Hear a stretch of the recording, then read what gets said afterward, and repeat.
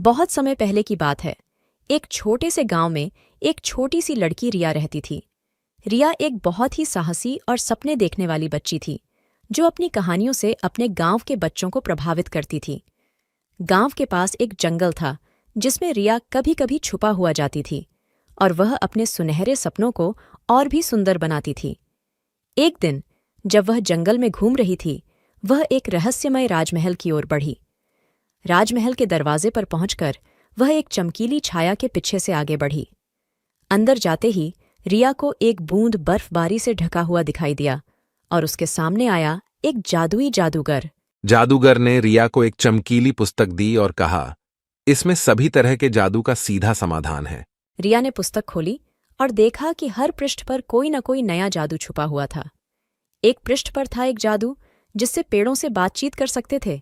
दूसरे पृष्ठ पर था एक जादू जिससे वन्यजनों को समझा जा सकता था। रिया धीरे बहीरे हर पृष्ठ का जादू इस्तेमाल करती गई, और उसने एक समृद्धि भरे जादू की कहानी बना दी। उसने दिखाया कि कैसे एक गांव में सभी विभाजित समुदायों ने मिलकर अपने सपनों को हकीकत में बदल दिया। राजमहल का माहौल हर पल बदलता था, और उसी के साथ सुनहरी पुस्तक की प्रतिचरण में रिया और भी जड़ रही थी। एक दिन वह एक विशेष पृष्ठ पर पहुंची, जिसमें एक आत्मा को शांति और सुख की कुंजी छिपी थी। जादूगर ने कहा, इस पृष्ठ का जादू तुम्हें अद्भुत आत्मा का दर्शन कराएगा, जो तुम्हें अच्छे और खुश जीने की सीख देगा। पॉज। रिया ने पृष्ठ को खोला, और वहां एक प्रकाशमय आत्मा उसके सामने प्रकट हुई।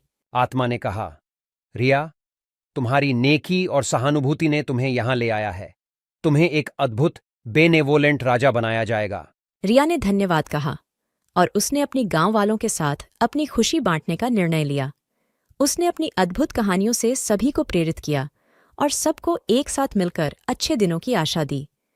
उसका गांव एक नए आयाम में बदल गया, और रिया ने वहां के लोगों को सबसे बड़ी खोजी में सहायक बनाया। आत्मा ने उसको एक बेहद शक्तिशाली राजा बना दिया, और रिया ने सभी को यह बात सिखाई कि अगर हम अच्छे भावनाओं के साथ जीते हैं तो हम सभी को खुशी और समृद्धि मिलती है। रिया की कहानी ने सभी को यह सिखाया कि हमें अपने सपनों की पूर्णता की दिशा में बढ़ने के लिए सभी को साथ मिलकर काम करना चाहिए। और इस प्रकार रिया की कहानी ने सभी को मोहित करते हुए अपना समाप्त हुआ। सभी ने रिया की बहादुरी और समर्थन को देखकर एक साथ होकर उसके साथ नए सपनों की ऊंचाइयों तक पहुंचने का निर्णय लिया।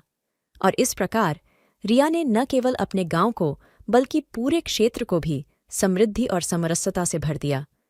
इस कहानी से हमें यह सीखने को मिलता है कि हमें सभी को मिलकर काम करना चाहिए, ताकि हम सभी एक समृद्ध और समरस समाज का हिस्सा बन सकें। और इसी समय हमारी कहानी समाप्त हो जाती है, लेकिन कहानी ने हमें यह सिखाया कि हमें कभी भी हार नहीं माननी चाहिए, बल्कि हमें हमारे सपनों की पूर्णता की दिशा में बढ़ना चाहिए। इसी उत्सवी भावना के साथ हम आपको शुभ रात्रि कहते हैं।